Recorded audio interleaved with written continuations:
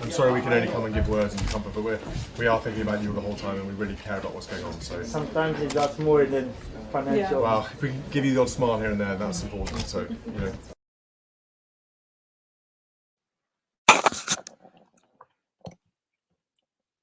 Hello, squaddies. Happy Friday.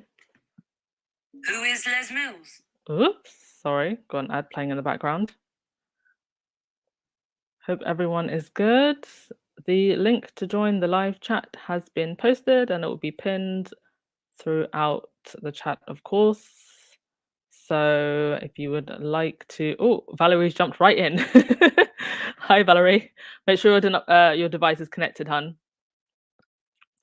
And so what I'm going to do is I'm going to whiz through the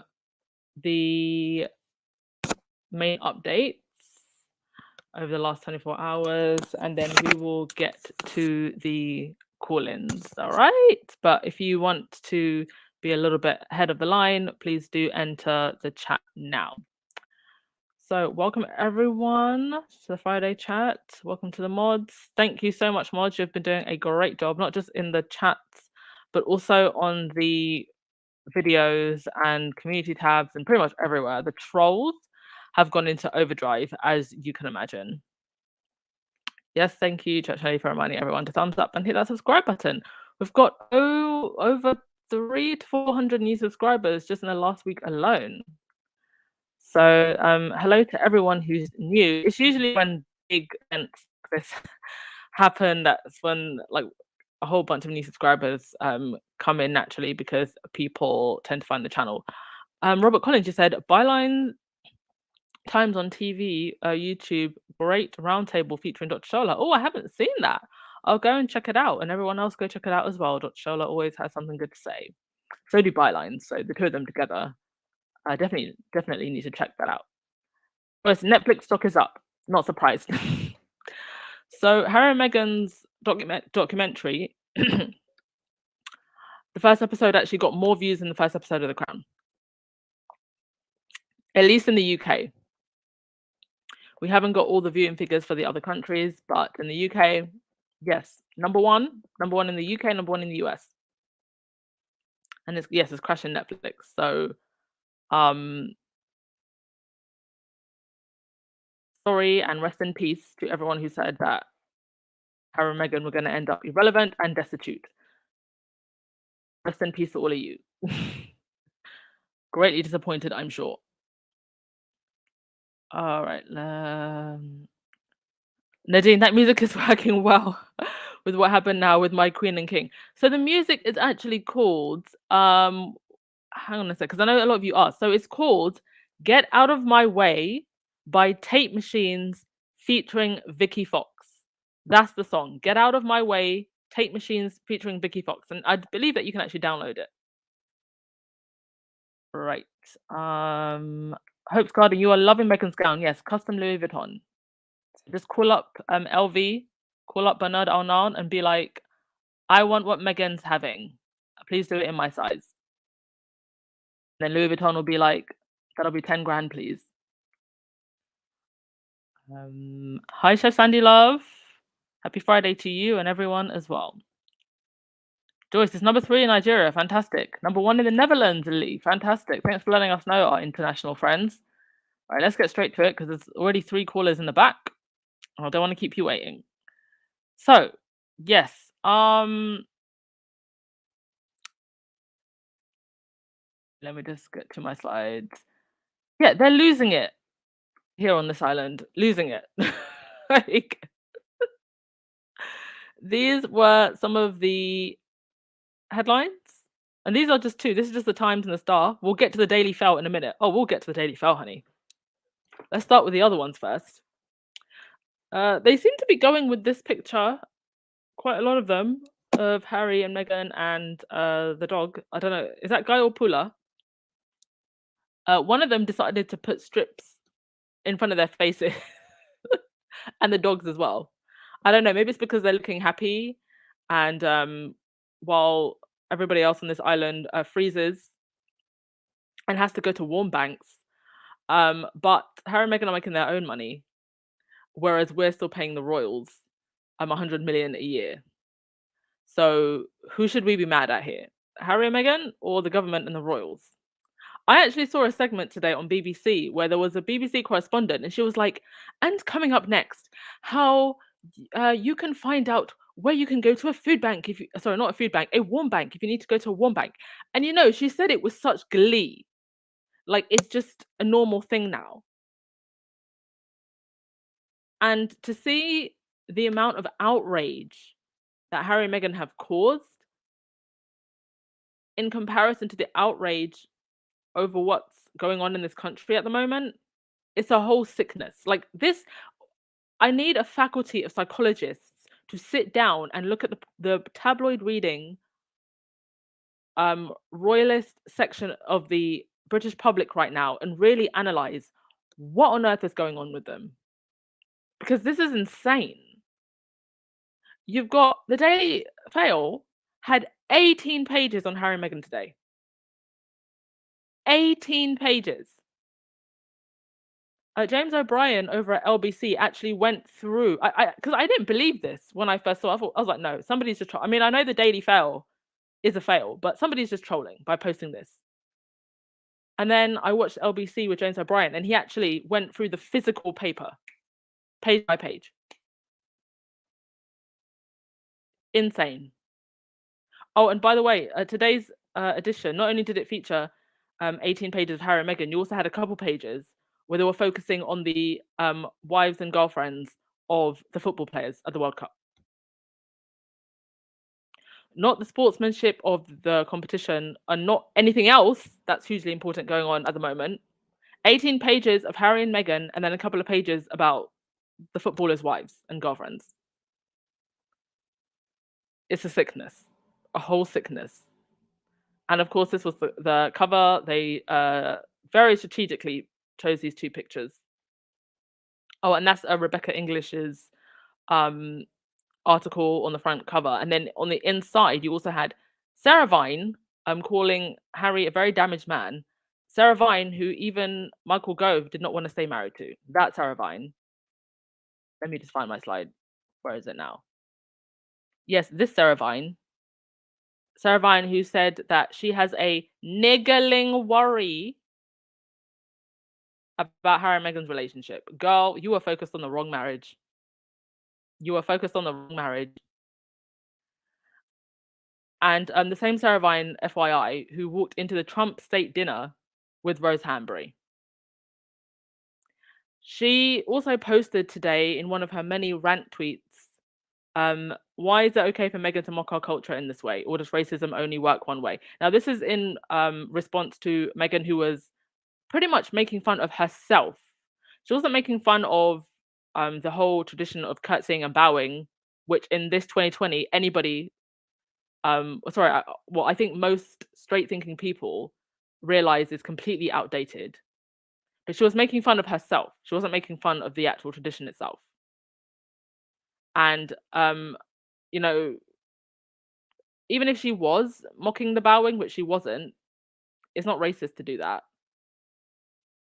And the whole thing about bowing, to someone just because they have position, it is outdated. You've got cultures that bow to each other out of mutual respect, not because one person is seen as higher than the other. And this is just not something to get outraged about, as far as I'm concerned. And there has been quite a lot of people, because they had to find something to grab onto, talking about Meghan's bowing and curtsying and how she was being disrespectful by making fun of the bowing and the curtsying. Well, you know what? Meghan may have fumbled her curtsy the first time she met the Queen, but when she said goodbye to Lizzie, perfect form and execution. More perfect than every single one of the other royal ladies who has been at this either their entire lives or for the majority of it. She gave the deepest, most respectful bow. So, of course, they were going to find anything to come at, and I guess that's what they've run with. The whole bowing thing and curtsying thing, even though she was actually making fun of herself. To your comments before we continue.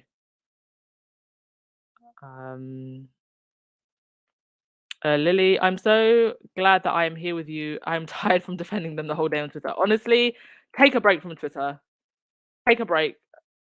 Twitter is absolutely exhausting right now. It's not where you want to be. Yes, Jessica, James O'Brien counted the pages. Because I thought it was a joke, honestly, when I saw it. He counted it. He had the physical paper in his hands. It's outrageous. It's absolutely outrageous. How do we have 18 pages talking about, Harry and Meghan in the Daily Fail, and a BBC correspondent on TV with glee telling us where we can go for a warm bank if we can't afford to heat our homes? Like, what is going on this island? It's like everything's gone doolala. Up is down, down is up. Harry and Meghan are no longer working royals. We no longer fund them. This outrage is it's oh my god, I don't even know what words to use anymore. Like, how do you describe this?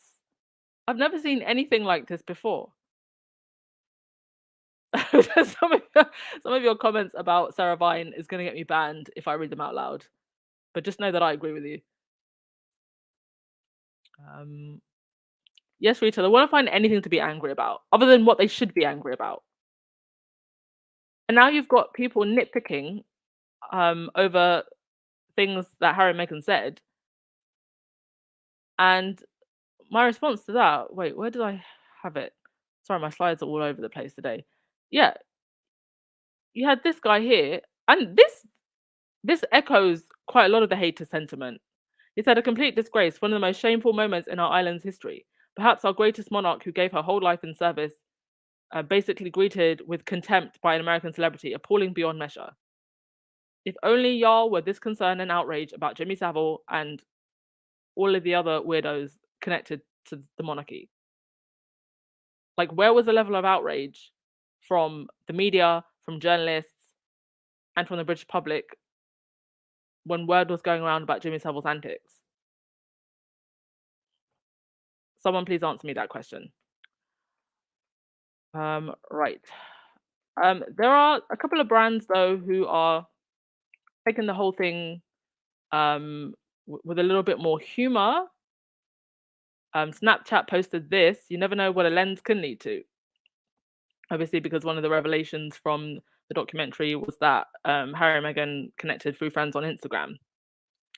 So the smart brands are, I think, taking the light-hearted side and using it for good content and for good engagement. So shout out to Snapchat because that was quite a cute tweet there. And yes, number one in the UK and the US. Now, the Daily Fail actually posted this article, $100 million flop. $100 million flop. Harry and Meghan finally tops Netflix most watched list after 24 hours as critics and viewers pan pity party docuseries. And he had this other lady right here, Maureen Callahan, don't know who she is. The $100 million Harry and Meghan is panned, and finally the karmic wheels of justice turn against the two untalented, ungrateful hypocrites. No one deserves it more, so let's savor it. And then hours later, you see that it's number one in the UK, in the US, and has been more watched than the first episode of The Crown. And the comparison between BBC viewers switching off the Earthshot Prize and getting to number one. And are we the squad surprised that it's at number one? Of course we're not surprised. And I can guarantee you a great majority of the people who did actually watch it were hate watching it. I think you had Harry and Meghan's fans, fence sitters, curious people who probably heard what happened but aren't that informed, and the haters. That's who was watching this docuseries. And you've also got this Tory MPs who apparently don't have anything else to do are now going to push for bills that would get their titles stripped. Because apparently there's nothing else going on in the UK. Let me tell you now, that's never going to happen. there will never be any legislation that passes that gives anyone power to take titles, because you open a can of worms. Because if we can take Harry and Meghan's titles, well, then shouldn't we be able to take Prince Andrew's titles or anybody else's titles? Oh, why not just have a referendum and abolish the whole monarchy? Like, that is a slippery slope that you go down if you open this can of worms and say we should be able to take Harry and Meghan's titles. And I know there's some people who are gonna throw tomatoes at me.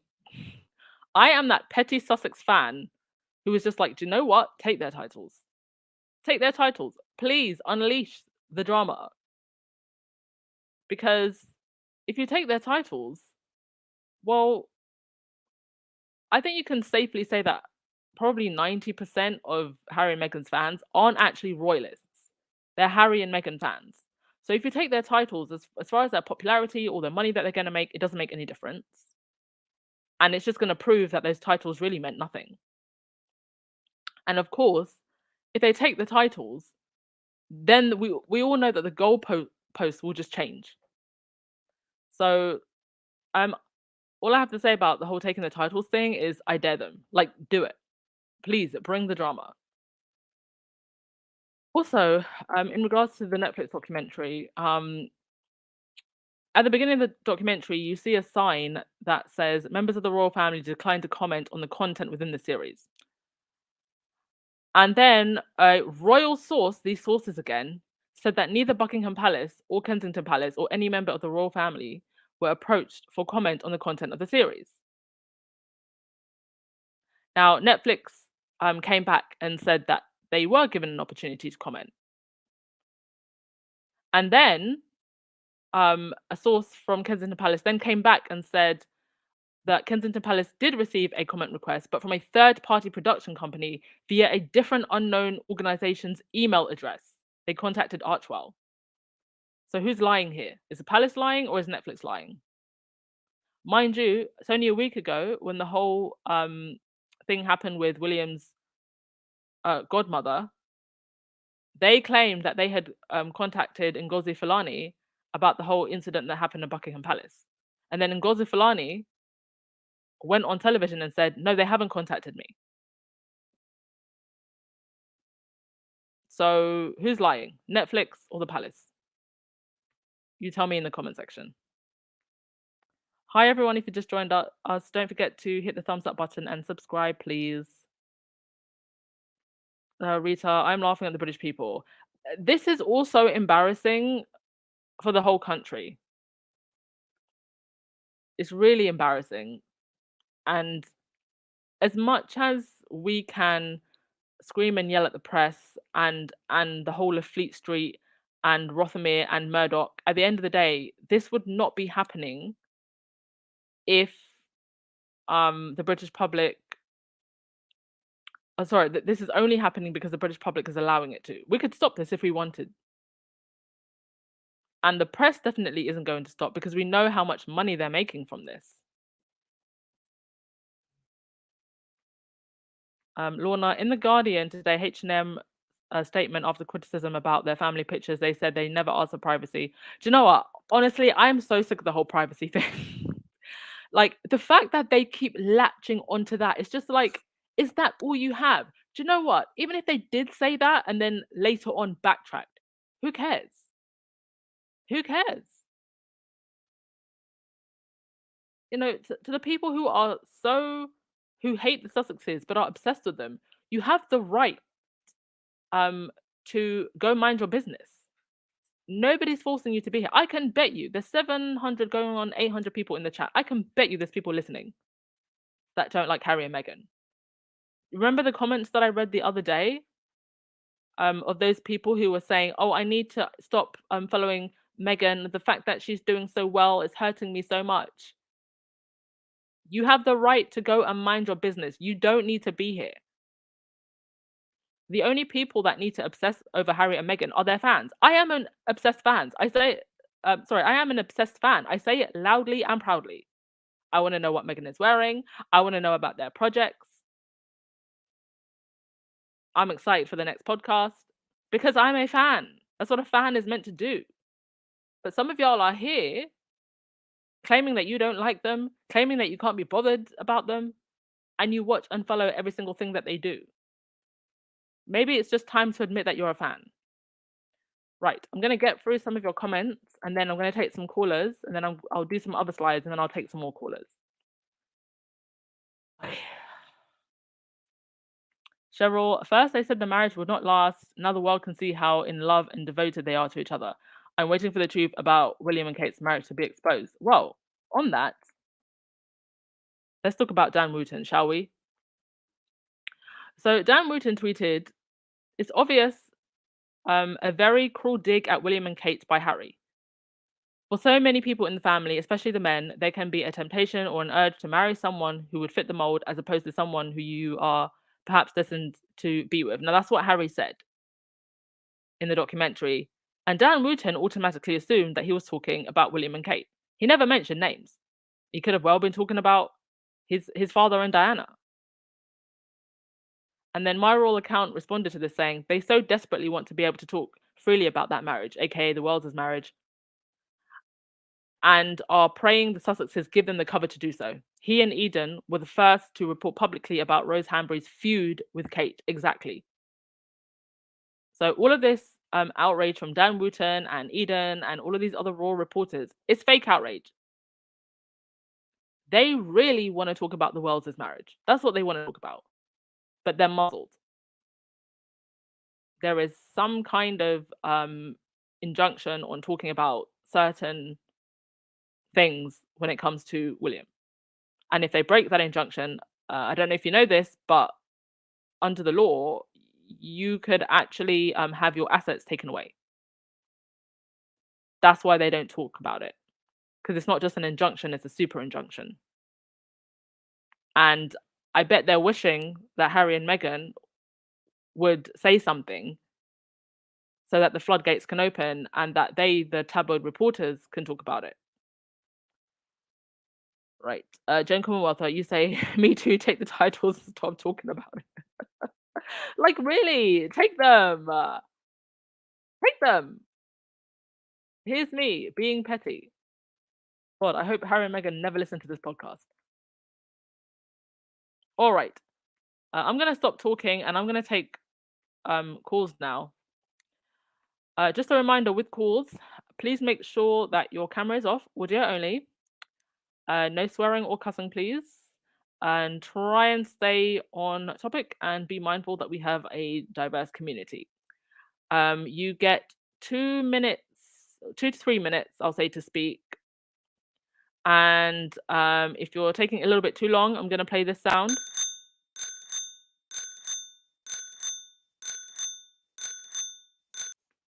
And when you hear that sound, please do wrap up your point. It's just to keep the conversation flowing and to give everybody time to speak, okay? So, let's put a pretty picture up first. Let's see. Here we go. Right. Miss September, you are first. Hello, Anne. How are you? I'm fantastic. Thank you, Han. How are you? I'm confused. I'm mad. I'm everything. But I just watched. I just watched the for the third time, the Netflix thing on Harry and Meghan, and I just love their love story. How they met on Instagram and the whole 9 yards, and how she went to Africa, and they kind of was awkward with each other, and he gave her a chicken sandwich, and it was just so cute. I could see a movie like The Holiday type of movie. I was just looking at it and I took a few notes down how Doria was saying that they would come into the area and take pictures of Skid Row and all these other places and say that she lived it down there. And Meghan said, we never lived in Compton. That was just something to rile up this racist thing. And then he also said, I love the part where he says, who's a royal expert or royal expert in. I love the way Harry explained it. Anybody can be one. It's that rota thing. It's scary. I mean, it's a monster, And also, let's see, where is the? Oh, he was saying when after his mother said what she said, he says the moment that Diane left the firm, left the house, is that's when things became very hard and difficult for her, and it was just heartbreaking. And also, the thing about what Harry said about they marry women to fit the form and not for love. If you go back in their history, that's all they did. Yeah. Every one of them. Even there's one in particular, King George III, one of his rogue sons, because they were out there just gallivanting all over the town, and they said, y'all got to find somebody to marry because y'all getting old, and the Hanoverian line is going to die. So this one son married, I forget the lady's name, but he hated the lady. He just didn't like her at all. They got married. They conceived a child. Her name was Charlotte. Charlotte grew up, got married, but she died in childbirth. And then that's where Queen Victoria comes in the picture, because the other brother had Victoria. And that's where that Hanoverian line kind of just carried on from there, But so they do marry they don't, a lot of times they don't marry for love. They marry for, that perform or whatever. So I don't know. I don't know. Maybe they know something about William and Kate that we think we know, but we don't, about their situation and whatnot. So, but I can't believe they couldn't find anything else to say. They're just combing the sand, looking for whatever they're looking for, and they just have to hate. And I was just listening to RS Locke on the Heather Headley show on Twitter, and she comes on every Friday and she gives her opinion about royal things. And she was saying how now the media are kind of throwing the scent off of them and throwing it onto the family, saying, oh, they're disrespecting the family, they're disrespecting the queen's legacy and all this other kind of stuff. So they're good at diverting things away from them, to make it seem like they're doing something to, it's diabolical. Yeah, I mean the Queen, she's passed on now. How are they still using her? But they use it for sympathy, like, oh, she's just barely in her grave. Well, when is a good time to talk? And they didn't say anything controversial. They did not say anything.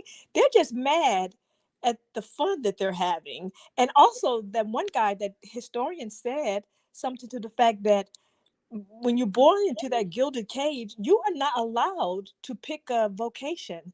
You have to stay there and do whatever it is you have to do. You can't have a career. You can't do whatever. So they're mad at Harry for that, for one thing. It's so cultish. I cannot even believe it. And it's making me, like you said, I have to stay off of Twitter, because every time I look on it, I don't have Twitter. My husband does, so I just look at his. Yeah. I don't need one. So, but it's just unbelievable. I just need to, I need to follow your advice. Stay off of Twitter for a while, because I get so mad and so upset. So yeah, go do some self-care. But oh thank you so my much. goodness. Oh, thank you so September. much. I'll listen to the rest of everybody else, but thank you so much, Anne. No worries. All right. Once you've spoken, I am going to remove you from the back, by the way, just to make space, because there's only like 10 people allowed at the stage at the time. Valerie. Good morning, Anne. Good afternoon, Anne. How are you?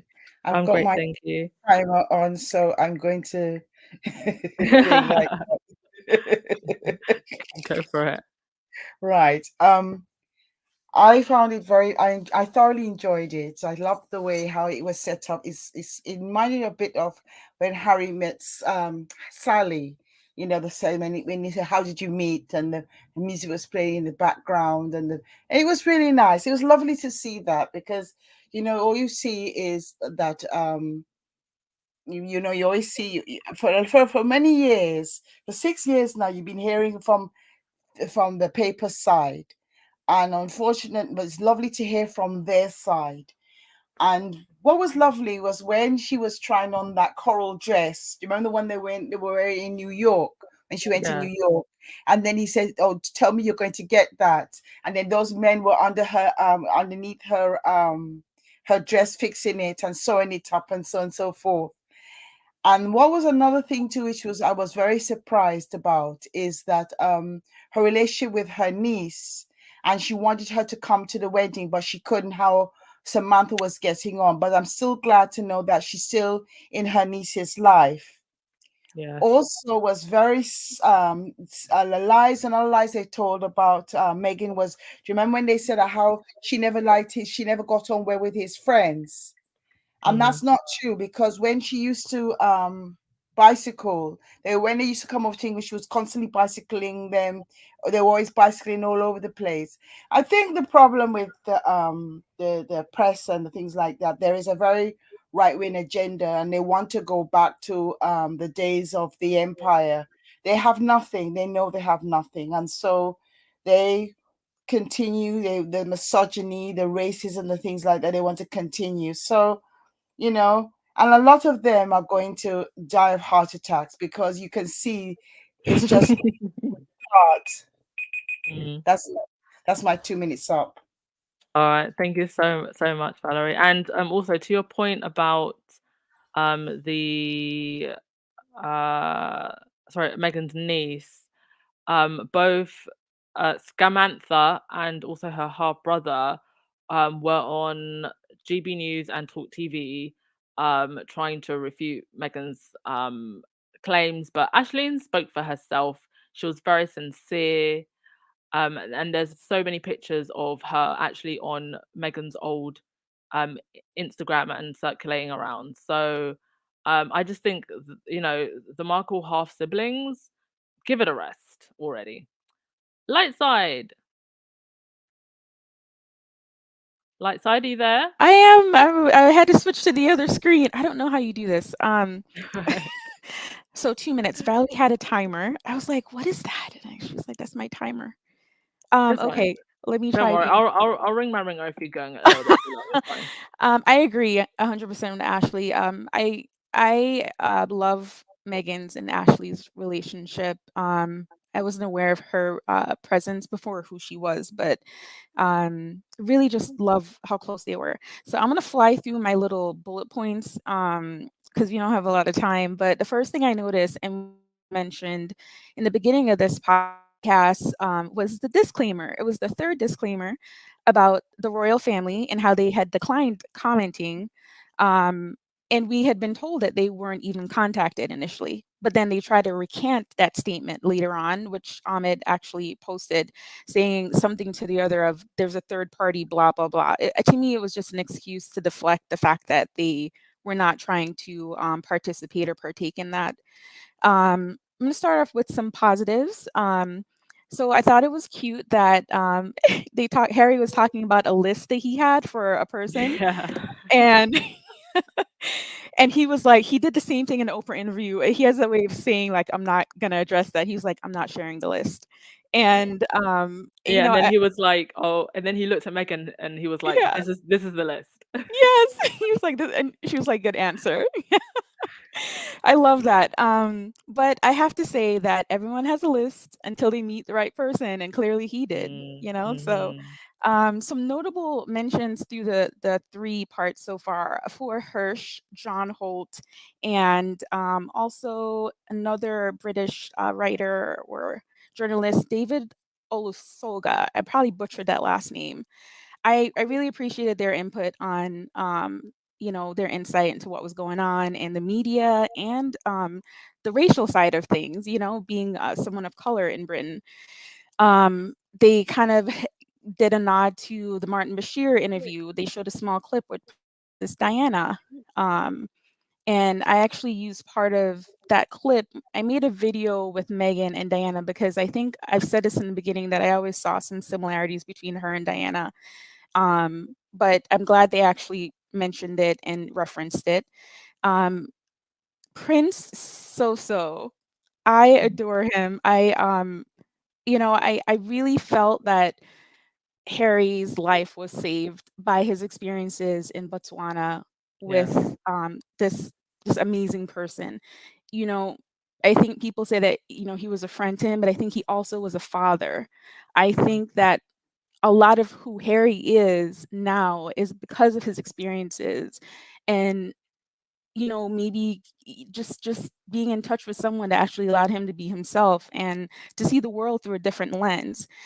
Another funny thing I noticed about Harry is he's very hairy. He's extremely hairy. I saw his arm hairs and I'm like, you could pretty much braid that, Megan. Like seriously. I thought it was really funny. Megan telling her mom when she was younger, I think Doria came up and she said she remember Megan telling her, "You feel like my older controlling sister," and it just is a nod to like Megan's personality and like Doria also having fun with that. And the last thing I'm gonna say is I also love Megan's poem that she wrote when she was younger about being split between two households. Yeah. Yeah, I really enjoyed that. That she's very talented. Um, let's see now, more serious stuff, and then I'm gonna end with this. So I've been s- I've been scanning the Netflix responses on Twitter, and for the most part, it's been really positive, coming from a lot of verified Twitter accounts, and Mhm. even there was a conservative news commentator here in the United States that usually just stick to like politics and sports. And he actually posted something saying everything that everyone was saying, which is these are two people, they clearly fell in love, they have something beautiful. I think everyone should leave them alone. Yeah. And I 100% agree with that. Really quickly, I'm not going to beat down Dan Wooten's comment, but all I'm going to say about that in reference to Harry's statement in the documentary saying that people in the family don't really marry for love, as your previous guest stated, it is the truth. There's no lie in that. They have had a standard for a long time where they are obligated or they have their partners chosen for them. So, and Yeah. he didn't name anyone. It wasn't a knock to his brother, but it's really telling that they chose to bring up William and Kate, right? Projecting. Makes you, yeah, I'm sorry. I didn't mean to cut you off. Sounds like you were going to say something. Oh no, I just said projecting. Projecting, exactly. Um, what I'm going to say is, and I listened to the previous podcast, I wasn't able to call in, but I'm glad that we're looking at these first three parts as something really positive. I think it's all been really good. They have support, they have a lot of friends, they have almost everything that they need. They have a happy, healthy family. But I am going to say this because I think that sometimes we forget that people in the limelight and celebrities, even though they may look as though things are okay and things are going very well, they may still have moments where it gets really hard for them, right? And I'm saying that because I saw in the documentary Megan saying that she had a really close relationship with her dad. She no longer has that. So I'm sure there are certain times when she may, feel like, and I wish I had my dad close or I wish we were as close anymore, but I can't do that because of X, Y, and Z. And I'm sure Harry has had moments where he said, I wish things were different and we weren't in this situation where I could still have that relationship with my brother and my sister-in-law and the family on the other side. But things have changed. So I think they still go through things. We don't see everything. I think what the squad is doing, which is supporting them, is all we can do. And we can just hope that they have immediate support near them. The last thing I'm going to say is we've only seen three episodes so far. It's been positive. We might see some spiciness in the next three episodes. And the reason why I'm saying that is Boozy. I hope I'm Oh pronouncing it yeah, we right. haven't seen Christopher Boozy We yet, have have not. we? We have not. And if I remember correctly, he is very much a tech guy and a data guy, and reference or seem to reference in some of his posts that maybe the UK media should hold off a little bit. You guys don't want this fight, which is hinting Yeah. at I may have some stuff or we may have some stuff that you guys are not going to want to see, right? Yeah. So I think as we're seeing a slow escalation and projection of this timeline that is leading us to the direction for where Harry and Meghan wants us to really focus, which is maybe the tabloid media and their impacts and specifics on exactly what the machine is behind all of the hate that's been going on. So it's been nice and happy and sunshine so far in the first three episodes, but I think we should hold our horses and see what happens for the last three. With that, I'm going to mute my mic and jump off so someone else can talk. Thank All you. right. Thank you so much, as always, light side. All right, Lauren. Hello. Oh, actually, sorry, Lauren, just one sec. I just wanted to say thank you to Dina Nassar for the super chat. Thank you so much, Dina. Much appreciated. All right, Lauren, go. Okay. Well, hello, Anne. Also, you are getting me in trouble, by the way. I am. Your streams, they're like causing chaos, in the best way. I mean that well. So, How? apparently now I'm being requested to speak. So, Oh, really? yeah. I blame you and your wonderful podcast for that. Oh, wait, speak like just like Just on to the talk, podcast in just to general. talk. I appreciate it though. It's Ah. not actually a bother. Anyway, I Uh, hope you're well. oh, you too. Thank you. Okay. All right. I'll try to get to these notes and yeah. So I loved many things about this doc. One of the things that I really liked was the fact that it was not shocking, but it was, I think, edifying. Um, you know, the fact that Harry and Meghan had what was, I think, both a beautiful love story and a terribly normal one. Via IG, you hear that for people from the most famous walk of life, and then the most regular person. And I honestly think it makes a lot of sense. Um, I'm not shocked by that beauty and simplicity because these are two hardworking people who were looking for a real relationship, and courtship, it has to be kind of extraordinarily mundane as a way to make real love flourish. If everyone's just pretending and it's always about looking like someone who is not yourself, you're not going to actually get to know each other. And that's how expectations and disappointments happen. So I was really glad to see that, what I thought, which was the honesty that was necessary, was kind of proven out in this. I also really like Afua Hirsch's appearances. I appreciated Yes. that Commonwealth discussion, but also that true look at English history, something that I know in the US, if you are educated in places that are not trying to support supremacy, we hear all of that. You'll hear about, England's very, very hands-on role in all of it, but I was glad that that was there so that people in the UK, people around the world could learn that. I really thought that was superbly handled. I also loved when Meghan said, "I Googled it," as far as like how things work, because to me that it just proves that the work and it shows the work and research that Meghan brings and puts into what she does. It also shows how embarrassing why the royal family were embarrassed and shown up by her, because I think they couldn't fathom that their way of life could be mastered by just looking it up, Mm. doing the basic work. So I felt like it was a subtle thing and it was not intentional on her part, but I do think it did a great job of showing up the institution.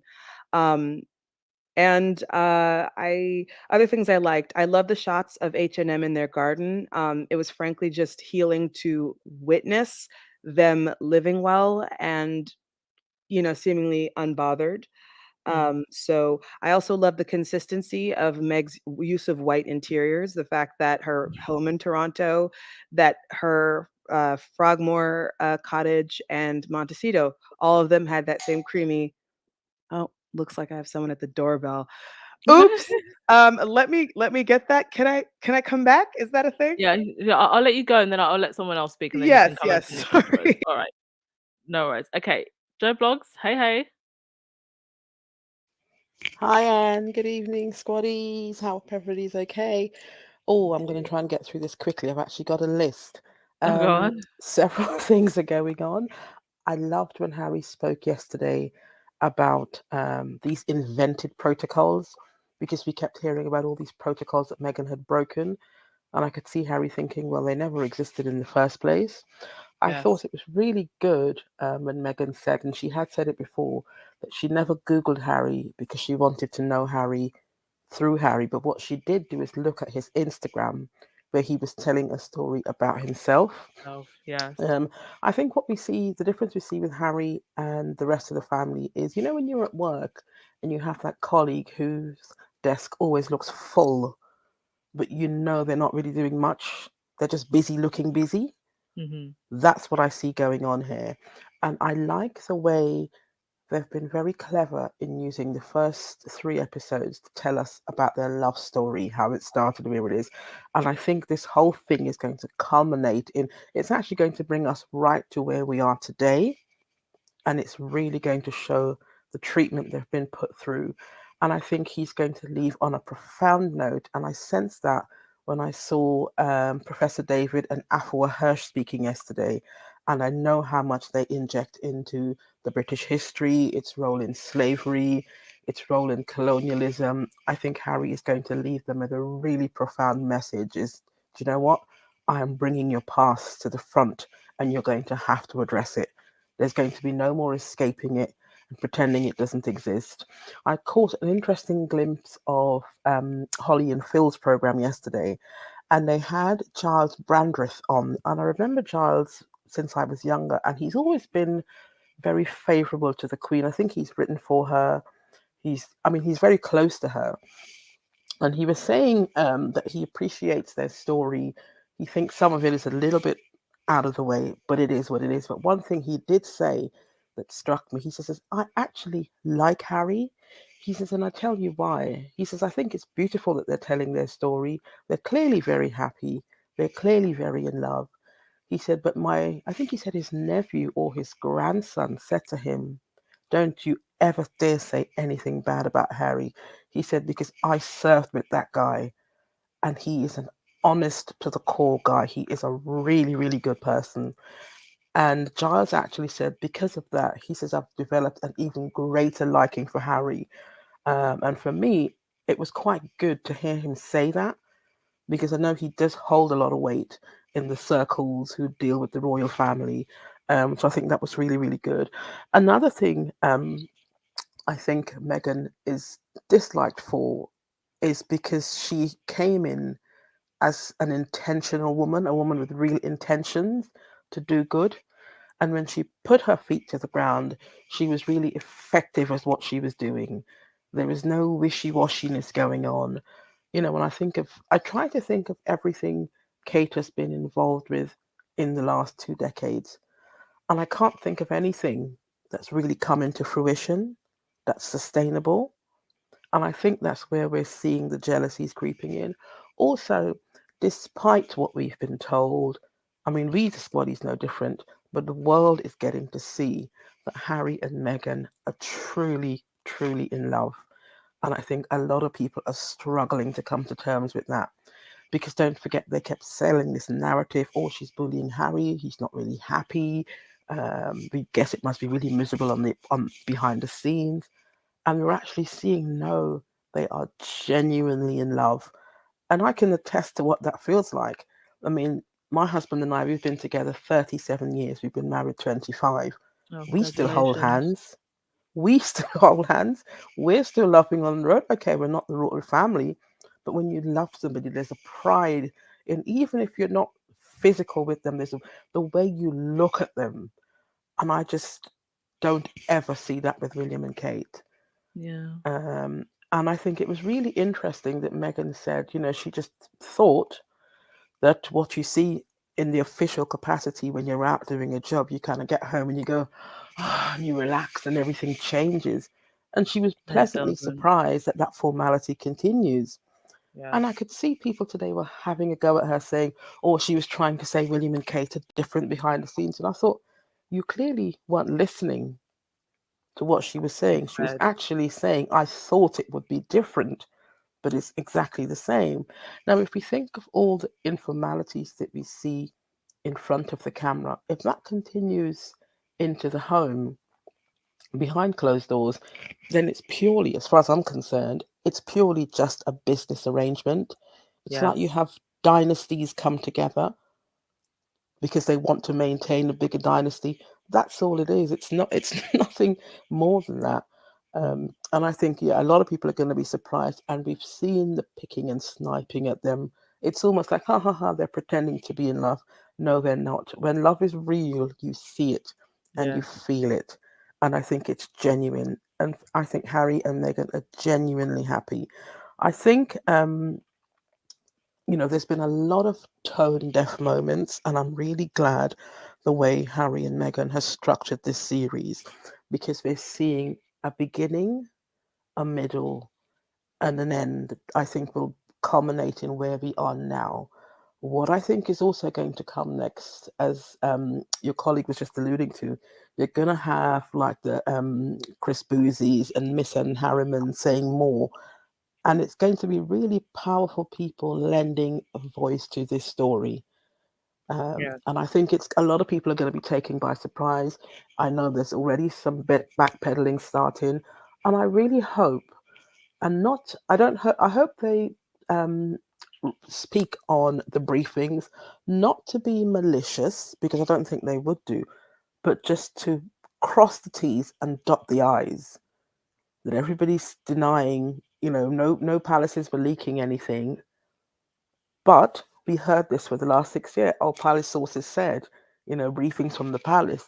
Lots of them have owned up to it. So I'm really interested in seeing how they try and work this one back. And I think that's why Buckingham Palace, they're not going to comment until this is all over and done with, because they don't know what's coming next. Yeah, they would they rather brief. wait it And out. yeah, it And seems like they're just briefing to the press, and I don't think that's going to help them in any way. No. Thank you so much, Joe, as always. But just keep up the fab work. Thank you, Joe. Take Been care, an bye. exhausting week, but you're all giving me energy, so thank you. Yeah, we'll keep it going. We'll keep it going. Thank you. Bye. Okay, we have Shahai Joseph. You look like a new caller. Hello. Hello. Oh my God, I made it on. Hi, Anne. I'm a psychologist. Oh, I heard your hello. house call. Thank you. Thank you for coming to the chat. This is the first time you've been up, right? It is. I only joined the community right when they had the right before the Queen died. I did not Okay. know that there was a Sussex squad, or that there were, positive outlets to belong to. So and I actually can't stay too long, because I literally have a meeting in like 20 seconds. I'm at work right now. All right, go right ahead. But And welcome to the squad. Welcome. thank you. But I just want to let you know I am a psychologist, and I'm constantly just trying to work out, like, why are these people the way that they are? I still haven't made sense of it. Are you Even referring without to the press or the tabloid the readers? press, the tabloid readers, just the derangers. Yeah, I'm still trying to work it out myself. So once I figure it out, I'll give you a call again. All right, thank you. Maybe look into the whole idea of, I don't know, I guess national identity, personal identity, and how that's kind of wrapped up on the monarchy. Maybe that's a road you can go down. Yeah, my training is in like childhood trauma. Right. So I think maybe this is just like a step further than I comprehend at the moment. But yeah, it's fascinating. All right. Oh, thank you so much for calling in. And when you have a little bit more time, please do call back. Yes, I will. Bye. Thank you. Bye. If you were trying to get into the chat earlier, there is a little bit more room now, so you can try again. Mina, you there, Mina? Or maybe Mina has gone to make a coffee, so we will go to Doreen. Hello, can you hear Hi, me? Doreen. Yes, I can hear you, Doreen. Hi. It's my first time. Sorry. Oh no! Welcome to the chat. Thank you for calling in. Don't be shy at all. Thank you. Thank you. I watched the 3 episodes of Harry and Meghan, and the first thing I'll say is that Meghan has a wicked sense of humor, especially when she was doing the curtsy. That was very funny. I can imagine how it was in real time when everybody was looking at her wondering, what the hell are you doing? That's not a curtsy. Another thing I noticed, which she brought up, was that the backlash from her side of the family was coming from her father's side of the family, the white side of the family. Because I'm sure if that kind of behavior came from her mother's side of the family, then the press would be overjoyed that now you have Black people doing Black behaviors and making the other side of the family be the angels that they're not. So that was really interesting. It's really interesting. And he talked about the invented protocols, Yes. which was interesting because he was also asked about who is a real expert? Who are these people? Because they don't go to school and choose a course of royal expert, you know? So it was interesting that they're not really experts. They know nothing. They just know snippets of what's happening and decide that that is the fact. It was interesting. And also, he talked about unconscious bias, which I thought was good because he talked about his trips to Africa allowed him to engage with people of color, with people in Africa. But when he met Meghan is when he realized that it goes deeper with racism. Mhm. And that's when his eyes were open. I believe that. And Yeah. I think it's good because in the royal family, it's like they're in their own bubble and Yeah. they don't know anything of the world of other people. They just know it's about them and everybody's there to serve them. And So I isn't think that strange because the royal family is meant to serve the whole of the Commonwealth. So you'd think they'd be a lot more educated on the countries that they're meant to reside over. And if they are not educated and if they are not more culturally sensitive and if they can't get rid of their unconscious biases, then what's the point of the Commonwealth? I don't know. They said they're getting what? They were opening positions for a person to teach them on racist whatever's Yeah. in the palace. That never happened Yeah. because they'll get They were gonna a hire a white diversity person someone. to tell them that black people are okay, which is the stupidest thing I've seen because even when they went to the tour to the Caribbean, they should have known that stupid things of trying to greet children from behind a fence also means something. That's not good. So it's I don't know if they're stupid or they just don't care or both. Although I think it's both. So I don't know.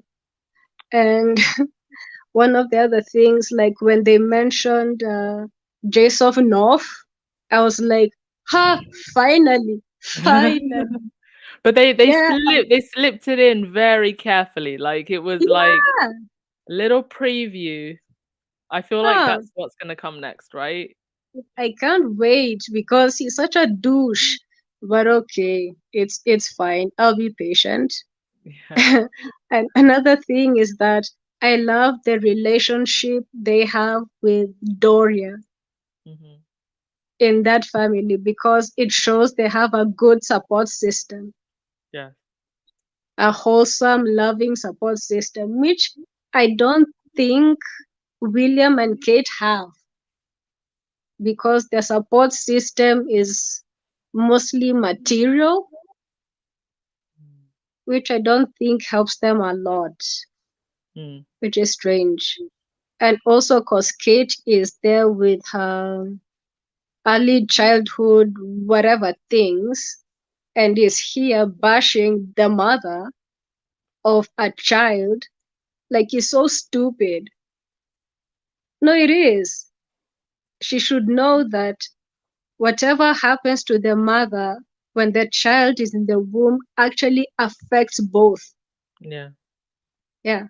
And even after the child is born and it still affects the mother negatively, it affects the child. Children pick up on these things. So why isn't she using the other people around her to tell her these things? Because clearly it's not coming from her. She knows nothing. Or maybe All right. she can find out from the nannies. I don't know. Maybe. Yeah, the Hopefully.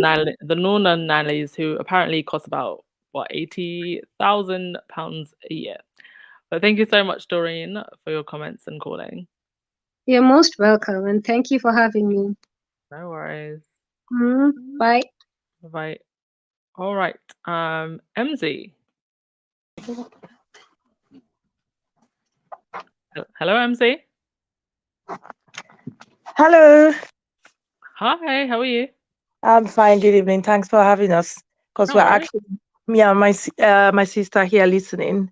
Oh, fantastic. Yeah. Hi to your sister as well. Uh, I think these issues are, for me, really, really, as a Black woman, very touching and very personal. Hmm. And the big question for me is, why does anyone have to go through this just because of the color of their skin? Because I do not think and I don't believe that this would be the case if we're talking about a white woman here. And the fact that she's married to this family, I think is more like, you're the Black person, you just have to be at the side. We just have to tell you what to do. Just like there's a bit of us, of every Black person in there. It's you watch that and you think, oh, I can relate to that. Oh, I can relate to that. I can identify with that. It's really the stories of our lives as Black people. And I do really, really, commend them, for being brave really to speak out. Because as Black people, you know, you will be surprised how much we go through and people are not even brave to even stand and speak out against these things. And the thing with being Black is it doesn't matter who you are or what you are or what you think you've achieved as a Black person. All you have be to be treated with such impunity is just being Black. Because you would expect that a member of the royal family will be treated as a member of the royal family, irrespective of the color of their skin. So again, we're seeing that dichotomy there. All that matters is it doesn't matter who you are, what you are the Black one. And this is a woman who has children in that family, grandchildren to the King of England. And you would think she would have more protection than what's happening to her. So I really, really want to, commend them, Harry and Meghan. I really, really want to commend them because she's telling her story, but you watch what comes out of her mouth and you can see yourself right there as a Black person and identify with issues she's raising. These are not just issues, they are issues of public interest because it concerns issues of racism, it concerns issues of discrimination. So I really, really want to commend that. And I also want to thank you for the good work you are doing with your podcast. Because in our own little ways, we have to stand up and challenge this racism and speak against it. It's not the easiest thing to do. I can tell you that from a personal point, what Meghan is doing, it's one of the most difficult things that any Black person would dare to even do. It's tasking, it's psychologically harming. Your mental health will be everywhere, will be battered. And for her to take this stand, I really, really want to commend her because I know, this might be one of the most difficult things you will do. If you've ever challenged racism, if you've ever stood up against racism, then you would know straight away, as a Black person, would be one of the most difficult things you would challenge. Just challenging it and standing up against people who feel so entitled and privileged, like, a Black person cannot even, how dare you speak? You are a Black person. You just do as you are told. So honestly, I'm just so proud of her. I'm proud, for standing up for what she's doing, because even people all over the world, because of the position she's taking, they're getting to understand, like Black people who are not even in the West, who might not necessarily face this, they are getting to understand what this whole racism, discrimination, and being treated a certain way and a different way because of your skin color. So they're raising very important issues, and I'm happy and over the moon that they are being brave enough to tell their own side of the story. Yeah. It's them.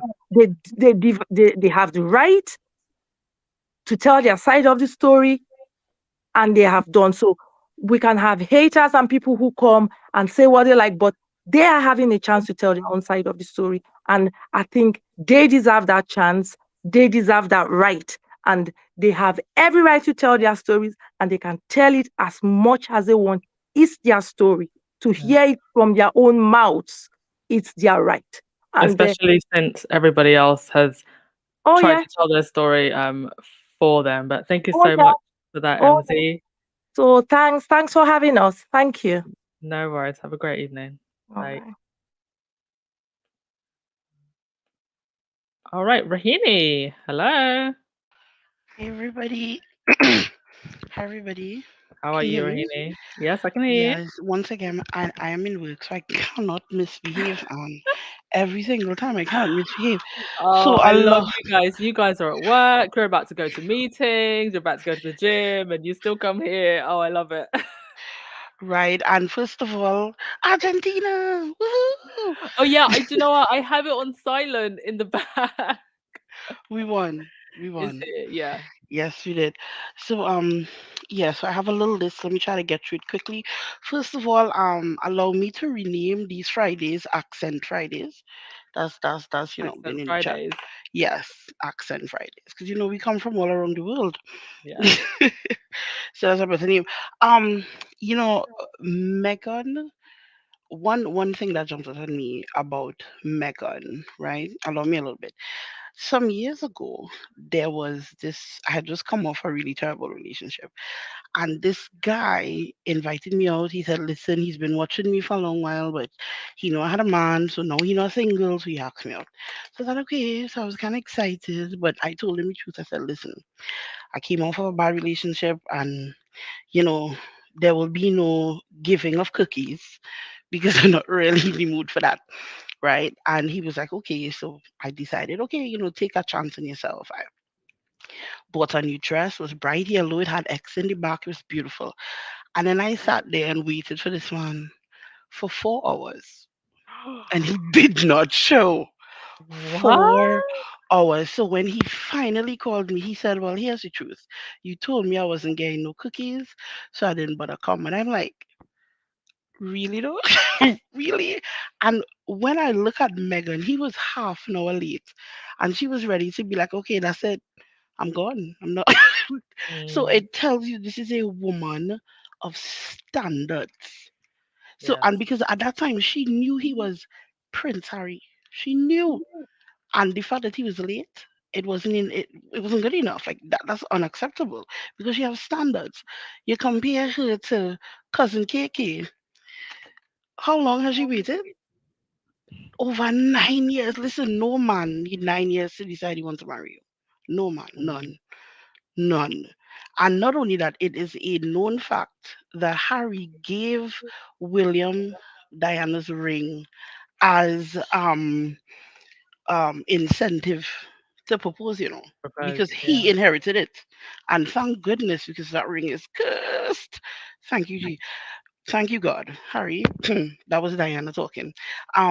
Also, I, I think, I think when Harry talked about the marriage situation, he was talking about his dad. I don't think Mm, he was talking about William at all. And let me see. Fourth, it's amazing. It's always been amazing to me how much control these courtiers have over them. And I believe it is because they have insulated themselves so much and allowed themselves to be insulated so much from reality and from what it means to simply adult, that they rely so much on these courtiers. yes. and The courtiers themselves are also insulated. they rely on them so much. And I will tell you this, I do believe that these courtiers get a morbid sense of satisfaction by making them look like a fool. I Yes, believe they do. They I do because agree. they don't get paid enough. And the idea that you have to bow down to somebody constantly after a while, you're gonna mess with them. You're gonna be doing stuff. And we see that with Kate, we see that with with with with with um with how they behave. It's so ridiculous. They have a morbid sense of satisfaction, constantly making them look foolish. Let me see. Oh yes, and last, no, second to last, the curtsy situation. Obviously this is her making fun of herself, because to me, I might have been so nervous and genuflected, made the sign of the cross, bless me, Father, five sin. Like, I can understand her being, oh my God, you have to do this, because who thinks you have to curtsy to a grandmother? Who does that? I might have genuflected and made the sign of the cross, because it, it's crazy. And I think why they're angry is because the rest of the world is probably saying, yeah, that's kind of dumb. Why do you still have to do that? The rest of the world is looking at them and asking this. Or yes, I get that it because Japanese people bow to you and stuff, right? But as a sign of respect and so forth. But it just feels really, really lame. It feels really, really Yeah. lame, right? And let me see. um with the going forward, I hope they cover Crygate. I want to know about the nanny, and I want Hmm. to know the connections between the online trolls and KP. And I think that's where Christopher Bowsy would come in. And Yes. I really love that they added him, because there's this attempt in the quote unquote media, and big quote with that one, to portray the Sussex squad as some sort of crazy people, right? Which is ridiculous. You're in here and we love each other, we help each other out, we are devoted to charity. That's who we are, right? Hmm. And Christopher Bowsy gives his presence in a way, kind of gives us that legitimization, because remember, there were mainstream news outlets that gave the single purpose hate account a voice. Some of Yes. them on YouTube here, they have been on mainstream media, and these people are single purpose hate accounts. So with Christopher Bowsy being there, I'm looking forward to him representing the squad. I hope they mention us, but we'll see. So that's what I have to say. All right. These people are crazy. Argentina. Woo! Thank you so much, Rahini. All right. So before we continue, just want to say thank you for the super chats to Melinda Shepherd. Oh, you love Talkback Fridays. I love having you here. Thank you so much to Alan Vernon. You said, I was on the floor when Harry commented that there were 3 people under Meghan's dress when she was being fitted for that dress. I mean, it was a huge dress, so I'm sure it took a whole team, and she looked fabulous in it, didn't she? Thank you so much, Alan. Thank you. Oh, thank you, Lightside. No need to do that. Thank you so much. He said, Meghan knows how to fight back in the most elegant way. If you're paying attention, you would miss it. Yes. So I'm okay with us being petty and shorting Harry and Meghan. Yes. And she made her point, I think, very clearly, to the point where I think people understood exactly what she said, when she talked about, hugging William and Kate, and, the way their demeanor stays the same in front of the cameras and behind the camera. So people know what she's saying when she says it, and she says it in the most graceful way. Thank you also to Gail Lewis for the super sticker all the way down in Australia, I believe. And to Puma Rose 71, thank you for the super chat as well. You said, be sure that they are aware the supremacist mindset is not about ignorance, it's about survival and power. He uses suppression to maintain power, avoid retribution, and prevent extinction. These fools know, indeed. And I thank you so much for that, Puma Rose. I wish that more people in the British public um would understand that that also means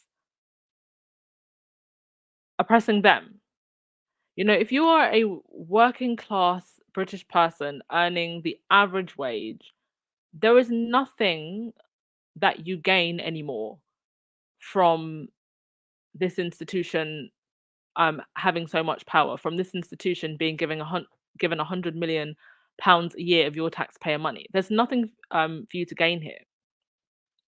But what the media has done is they've created this machine and this narrative, and part of that narrative is having a villain, and the villain here being Harry and Meghan, and that they are somehow trying to, bring down this very privileged institution that doesn't serve the average person anymore. So when we talk about the way that certain systems um, oppress people, I think that working class British people need to start asking more questions. And one of those is, why are we still funding this institution?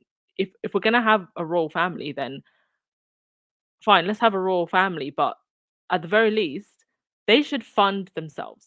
We should no longer be funding this, because what are we funding? A family that doesn't really like each other, you know, adulterers, people who hang out with the likes of Jimmy Savile. Why are we funding that while people go cold and hungry? While we have to open food banks and warm banks. Right. Who is next? Lauren, I'll let you go back on and just finish your point. Right now? Yeah. Okay. All right. Thank you for allowing that interruption. Sorry about that. No worries. Okay. Yeah. You've had some really great callers on. I think everyone's making so many good points. I'm just like, oh, that's great. Oh, that's excellent. I just think beautiful points. All right. I will continue where I left off. Yeah, things that I loved about this. I loved seeing them just living well. I have decor and interior things that I just enjoyed because, my mind's going to go there. I also just loved seeing, um, you could see where they were at Tyler Perry's house, where they were in their own home. And I liked the way that it came across as just so much family, loved seeing Doria. She's elegant and she's so gently spoken. And I think one thing that really stood out to me was her talking about what it is to be a good parent, what you do and don't do, and then how that's so deeply contrasted with um, Meghan's father and how he behaved. And I was interested in seeing if Meghan would talk about that. And so when she did, I was like, okay. I also thought it was very profound that Doria also spoke about the experience of whether or not she had discussions on race with Meghan, and how it did or didn't affect the, I'll say, blindness or ignorance or naivete that Meghan walked into this her relationship with Harry with. And I thought it was very poignant when she said she kind of needed that in order to make the leap. And I think that's something that, when it comes to life, it's like sometimes it's best when you don't have all the answers, because if you know too much, you might freak out. I liked the shots of them happy and successful in New York, as someone mentioned, or I think you mentioned the dress, the three people under the dress. It's just great seeing how much Harry is in love with his wife, and just happy to see her flourishing. I liked seeing Harry's friends, because I think that very much contrasted the statements, as someone did mention previously, that somehow all of his friends were gone and no one was still in his life. That was a direct contrast to that.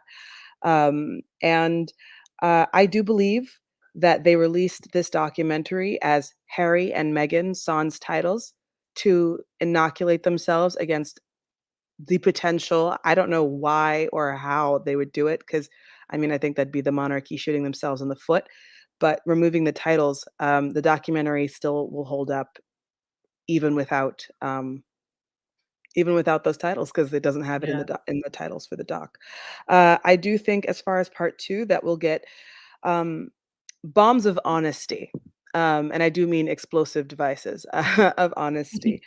I don't think that we're gonna again, legally sophisticated. Nothing that's going to allow the Sussexes to then be brought to court. It's going to really focus on trolls, on bot behavior, on anti-fans. And I do think, as far as I think, was it Light who was saying about, sorry, I'm trying to find the word, the way in which, okay, completely lost the thought. I'm just gonna let it go. But I just I like the idea that this second half is going to really bring um I think it's going to bring everything into very sharp focus. And I think there's a reason they left off just before the wedding, because I think we're gonna get the wedding until now with this kind of hyper speed, the intensity. They're gonna really let us kind of almost empathetically feel the intensity through their editing. I also have really nerdy editing things that I liked about it, but I won't go into that. I just will say that the love story was much warmer color toned than the story with the royals, and I think that says a lot. Yeah. So it was just, I think it was brilliantly done. I think it gave everyone enough backstory so that whatever they're setting up for part two, they'll actually be able to, um, you know, people can follow along. Like they won't be confused. Oh yeah, I was talking about the subtlety of what M said, because Light also brought that up. Yeah, she has humor. She's funny, and I just think people are choosing not to get her. And you also mentioned that, like, they're choosing not to understand. They know good and darn well exactly, what she means when she's pointing and making a dig, and when it's just her making fun of herself. But some people are choosing to have no sense of humor, and they can't be helped. Yeah. They just can't. But yeah, and how are you doing? How are you feeling? I know you said that yellow belt judo is like a whole other thing. So I am curious. I am, do you know, I'm feeling a lot more healed today. But do you know what it is? I'm not yet used to, my landings are still very bad.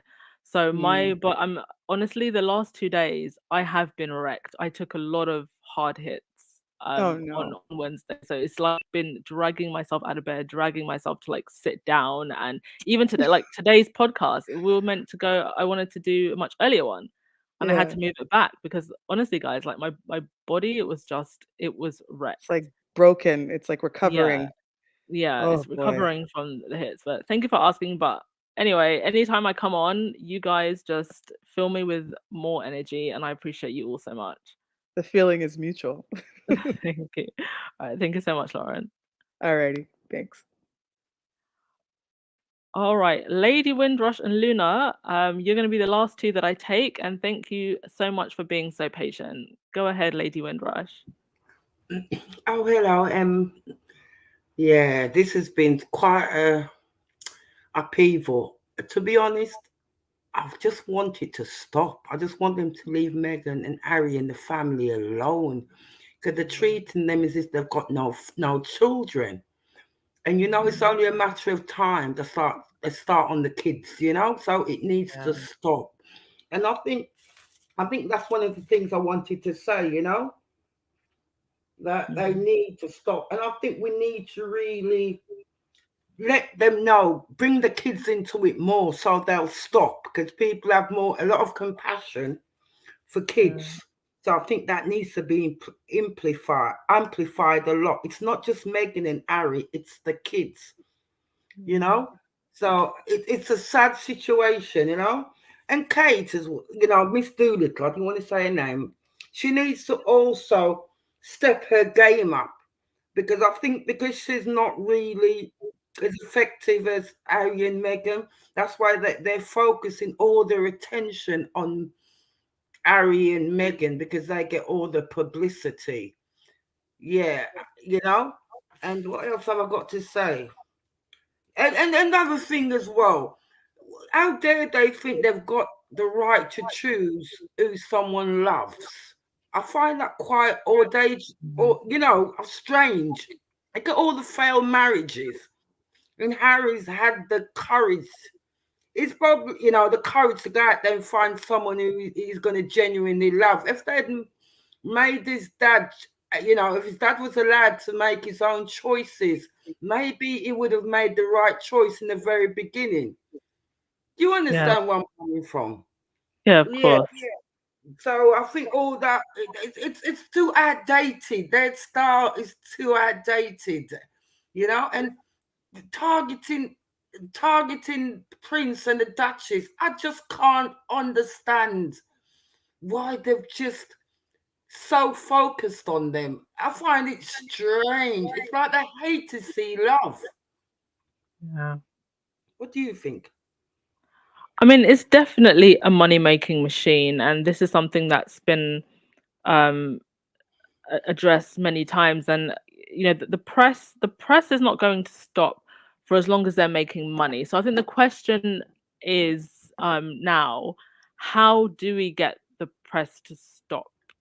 Because they've got financial incentive to continue. So is it do you ask the government to step in? Because then now the government is, now you're opening a can of worms where the government can put the hammer down on the press, but at the same time, the press is abusing their press freedoms. So the public call for change? I mean, I honestly, I don't know what the answer is to that question. Can only Well, look at the different various routes that we could take. I think one way is to amplify the fact they've got children. I think the kids shouldn't be left out of this because people seem to have a soft spot when it comes to children. Because if you're targeting the prince and duchess, they're also targeting the children.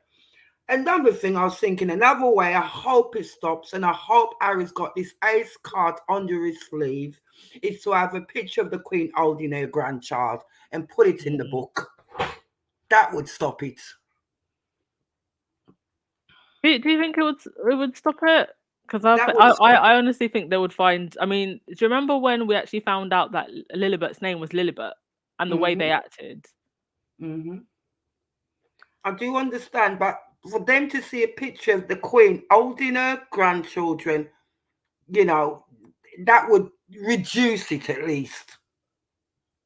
Because they've got the utmost respect for the Queen. What for, I don't know, but they've got the utmost respect for the Queen. Yeah. That's all I wanted to say. But I am tired of this, and I don't like this Yeah. type of treatment. But I don't think it's only because he's black. I think it's because of where she's coming from. She's coming from America. She used to be an Yes. actress. Even if she Of was a course. white woman, they would have gone after her. Oh, They of would have course. gone after her. And Yeah. there's many different reasons why Meghan's being attacked the way she is. Race is just one of those reasons. But did you see this coming before they got married? Did you see it coming? I knew that being a royal woman and being a woman in the public eye and being a woman of color in the public eye, all those three elements, there would be some attacks against her. I did not think that it would get to this point. I did not see this level of obsession. 18 pages in the Daily Fail today, while we're opening warm banks. I did not see it becoming this bad, if I'm honest. Well, This is the I shock to me. watched Diana's marriage when she got married. I was a young girl at the time when I watched Diana got married, and I saw the way they treated Diana. And the minute Meghan went into that family, I knew they were playing chess. Straight away, I knew they were playing chess with Meghan, but Meghan didn't see it because she doesn't know the history of what happened to Harry's mother.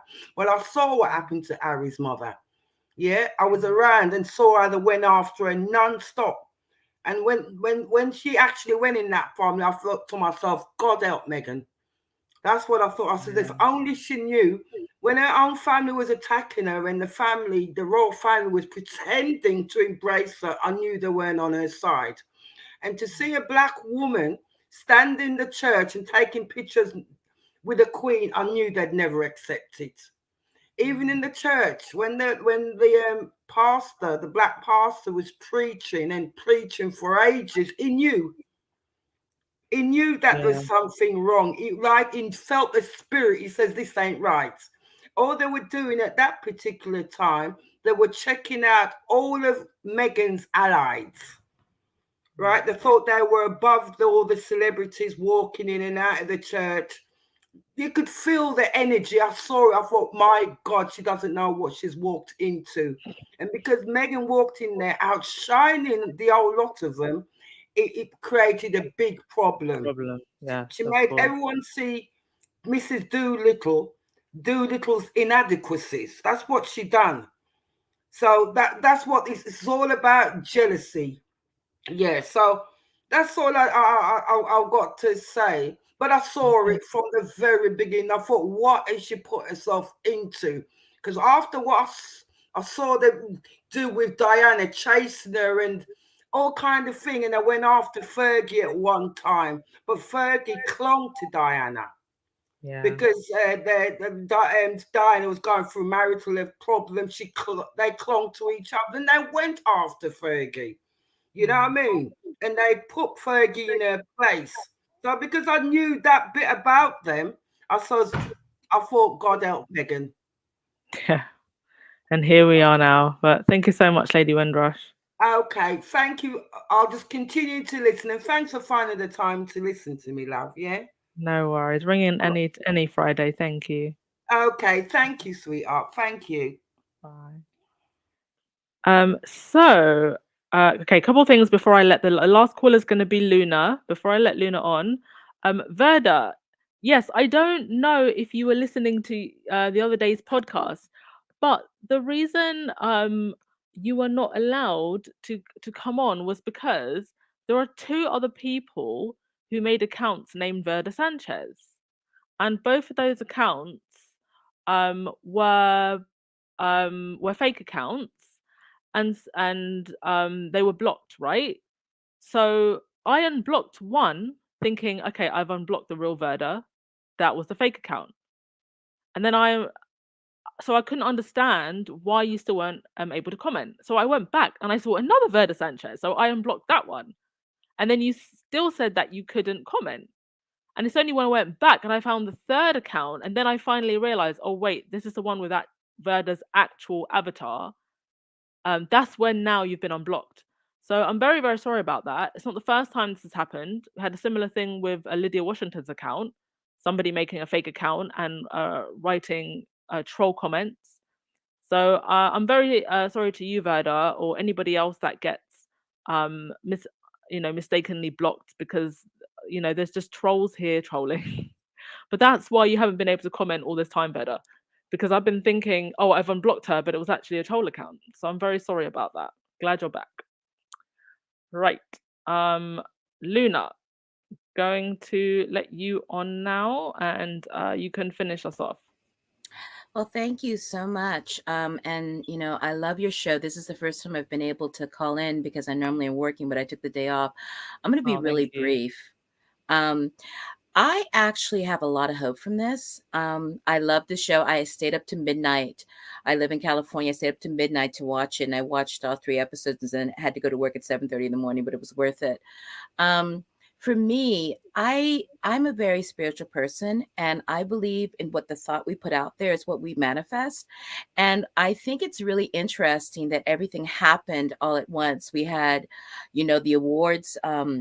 In New York, we had, Meghan won the podcast award, and then you had, of course, William and Kate do a little meltdown about they were taking their thunder and stuff. And I think sometimes we're so in kind of in depth in things, we forget there's a whole nother audience out there that doesn't know the whole history behind it, and they're looking and they're going, this is the King of England. Why does he care what's happening, over there and stuff? And I think, a lot of people, like I was talking to one of my housemates, and she was saying, I'd love to meet, Will and Kate. And I had to, school her on what was going on and, tell her, you really need to watch the special to see what's going on behind the scenes and this and that.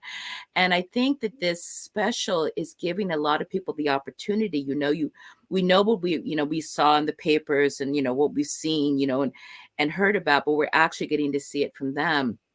And I noticed that, one of the things, because I do follow Twitter, that only 302 people watched the streaming of Earthshot. Most people turned out, after the first hour or something. So, Will and Kate aren't they're not special, and that we saw their lack of love. And I think the UK media sometimes feel that they're like, Houdinis or whatever, that they can make things that are not there. But people see like, nope, that's not what's really going on. And no, these two really do have it.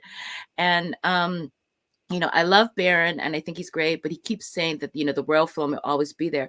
I don't feel that. I feel that, I studied history throughout school, and, your country is about to end a really desperate time, and they're going to look for victims. And I know they want to try to make minorities and immigrants the scapegoats, but I really do, like I said, my prayers are that people are going to start looking at the Tory party, and the Tory party is so linked to the royals, and to see how much money. I don't think people really realize how much money the royals spend and how much they don't give back. And that, you have these other two who are making their own living, doing their best. So why are you trying to tear them down? I really am hoping that people are going to start waking up and saying, I have been asleep, because that's, everyone hates being woke, but I have been asleep, and maybe I really need to look at this matrix I've been living in and change it. And I think it doesn't help that Charles is such a douche. I mean, he really is. He doesn't invoke that. I didn't really love the Queen because, like I said, I'm American, but I know a lot of people did. She had a certain charm about her. Charles doesn't have that. He might be a grandfather, but he's still a douche. He's still the same selfish little boy that he's always been, the same person who destroyed Diana, who's trying to do it to her son. And I think a lot of people are seeing that. And he, and definitely not William, don't have the wherewithal to keep the monarchy together. And the more they try to destroy Meghan and Harry, they're not doing it. And as someone who's very spiritual, I do believe in the ancestors, and both Harry's ancestors and Meghan's ancestors are protecting. That's why no matter what they throw, they survive. They are thriving. And you're looking at the other royals, they're trying so hard to get even a little bit of recognition. And I just want to leave one little note that I saw. They had like Biden posted, all the great things he accomplished for the week, that he's supposedly he met briefly with William, and he met the president of Poland, the president of France, and he did all this stuff. He did not include William, and Yes, I I think saw that's that. very telling. And I think it's because it's going to get to the point that they're not going to be relevant, and that people will tolerate them but not respect them. And that is, it's almost like they're this organism that feeds on that recognition. And if they can't get it, I think it's really going to destroy them, or they're going to destroy each other, because you see that you can even feel what's going on between William and Charles, like the whole rush for power. And neither do they not deserve it. They don't have what it takes to be a good leader. So for me, I see this documentary as a way for the rest of the world to get to see Harry and Meghan, to see why they're so popular. That I have, like, one of my housemates is starting to listen to archetypes, and she goes, "Oh my God, this is so good!"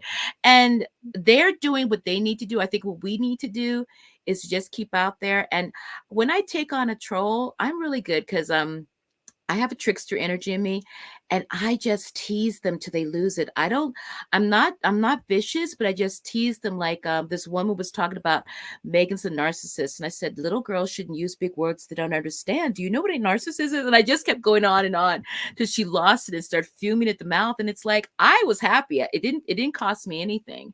So like I said, if we're going to do this, let's do it with joy. Let's do it with fun. And just know the work is already being done. The monarchy will fall. It's going to be seen for the pedophiles, the narcissists, the adulterers, just the really horrid people they are. And that the British, what's going to happen, and this is my prediction, the British media is going to turn on them, because they can't keep feeding on Meghan and Harry. It's going to get really, really uncomfortable for them. They're going to start feeding, and God knows they have so much to feed off of. And I even see little stories here and there about, Kate and about William. I believe they're going to turn on them. And once they do, they built this monster. The monster's going to take them down. And that is my prayer. That is my wish for 2023. And thank you so much. I really appreciate your show and everything you do. Oh, I appreciate you too, Luna. And thank you, everyone, for coming on this evening. You have all been amazing as usual. I just want to say some thank yous. For super chats. Thank you to Janet, Vali, as always. Thank you. Thank you, Nash, for the super sticker. And thank you, S, as well, for the super sticker. That looks like Canadian dollars all the way over in Canada. Amazing. Right, I appreciate you all so much. What a crazy week it has been. But we got to the end of it like we always do. And you know, I do think eventually we also, the squad, will have to come to a time where we also just leave the British tabloids and the really hardline monarchists, where we also just leave them alone. Because there are some people that are, just always going to dislike Harry and Meghan, and I'm not trying to convert them at all.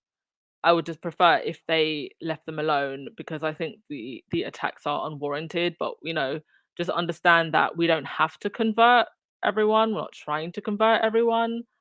And even Meghan said, she just wanted people to be fair, and it's completely unfair the way in which the tabloid press and the readers continue to go after this couple. And I do think that there is literally an agenda by the Rothermere Murdoch press to divert all of the anger and the things that we should be angry about at the moment to this couple. And unfortunately, it's working. And I think that the sections of the British public that are falling for this really need to take a good look at themselves and take a good look inside at what's going on inside.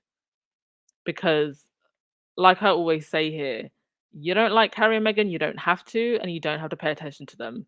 This now is going to such a dark and dangerous place that even if you don't care about this couple, we need to address the way in which the tabloid media is behaving, because it's completely out of line. Anyway, with that, I will end with some of your comments and then we'll call it a day. Thank you everyone as always, and don't forget to hit that like button and subscribe button. Let's get to 13,000 at the end of the month. That would be great. Right. Oh, and thank you to the moderators as always, doing the Lord's work as always. Gail Lewis, bottom line, tabloids need to survive. They will eventually turn on the royal family. Yes. And I have said many times on this podcast, have I not, that when it becomes more profitable to turn on the royal family, why would they protect them? Because eventually the Harry and Meghan haters will also get bored. Oh, you have a great night too, Lauren. Thank you as always for coming up.